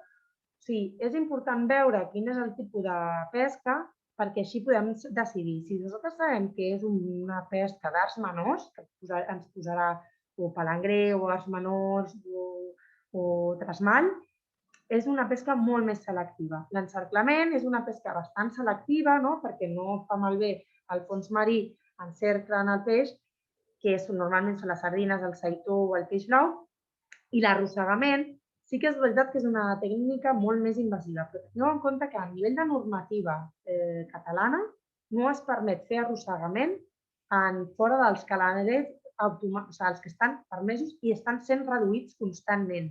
Per tant, no té a veure amb anar por ahí o acabar tirant xarxa on no es pot. Això no es pot fer de cap manera. Però sí que és veritat que jo crec que hi ha que prioritzar el producte d'art menor, perquè al final l'art menor cada mes de l'any treballa un producte diferent i té una xarxa diferent per cada tipus de producte. I això s'ha de valoritzar. Però és una quantitat molt petita. Per exemple, ara el Rafa està pescant llanqueta, que pesca molts pocs quilos de llanquetes, que jo no vull dir un valor perquè potser la cago, però és que potser un dia pesca 15 quilos. Llavors, clar, aquesta llanqueta va a 80 euros al quilo. Perquè, clar, ell ha de viure i hi ha molt poca... I només hi ha 2 persones que poden pescar aquest tipus de llanqueta en tota Catalunya. Per tant, si teniu la sort de... Per mi la llanqueta és brutal. Si teniu la sort de poder provar aquest producte, sí, val 80 euros, però és molt, molt bon. No té res a veure amb la llanqueta que es troba en altres llocs, perquè no està xafada, està sencera, està perfecta. Clar, podem alimentar-nos només dels menors, podríem estar 2 mesos menjant només llanqueta. Potser no. Però potser sí que podem fer aquest equilibri de dir, bueno, aquí s'està pescant d'art menor per prioritzar-ho, és a dir, si estan pescant sípia, menjo sípia d'art menor, però llavors potser la combino amb una sardina, amb un seitó, o amb això que dèiem, la melva, o quan hi hagin els bonítols, o amb una bròtola, que estem ajudant d'alguna manera a que hi hagi una renovació, que no es desvalori un tipus de producte i que es pugui construir un altre, que és completament el de temporada. I a part, el peix va molt amb la butxaca, és a dir, però no vol dir que quan millor és més car, sinó que quan és més car vol dir que hi ha menys. Per tant, que sigui més barat, no hem d'anar allò de barat de la merluza de 2 euros comparado con la de 20, no hem de comparar la mateixa espècie, el que dèiem, la sípia, sinó amb diferents espècies. És a dir, si hi ha un lluç que val 20 euros, sí, és molt bo, però trobem una alternativa per fer un peixet fregit. Podem trobar la mollera, que és poc coneguda i és molt bona. Podem trobar la bròtola i podem trobar unes palaietes en comptes d'un altre tipus de peix molt més car, o unes galeres, ara que és època de galeres, per poder menjar marisc, però no haver d'anar a morir a la gamba mitjana vermella. Bueno, no sé, jo espero que us hagi ajudat una mica. Fixeu-vos amb les etiquetes. Les etiquetes, ara anireu a les peixateries i les veureu, ja veureu, i als supermercats també. Fixeu-vos-hi. I veureu que normalment on aquí posa Llotja de Barcelona posa Holanda o posa altres llocs. Ja veureu. Bé, doncs esperem que us hagi agradat moltíssim. Hem de tancar perquè l'espai el teníem reservat fins a les 7:30 i ja sabeu, podeu contactar amb la platgeta, amb TJ o amb l'associació Cap a Mar, sempre que vulgueu, per xarxes socials o per la pàgina web. És cert que us havíem promès que us deixaríem links. El que faré serà enviar-vos la retransmissió amb tots aquests materials a les persones que us heu inscrit. D'acord? Moltes gràcies a totes.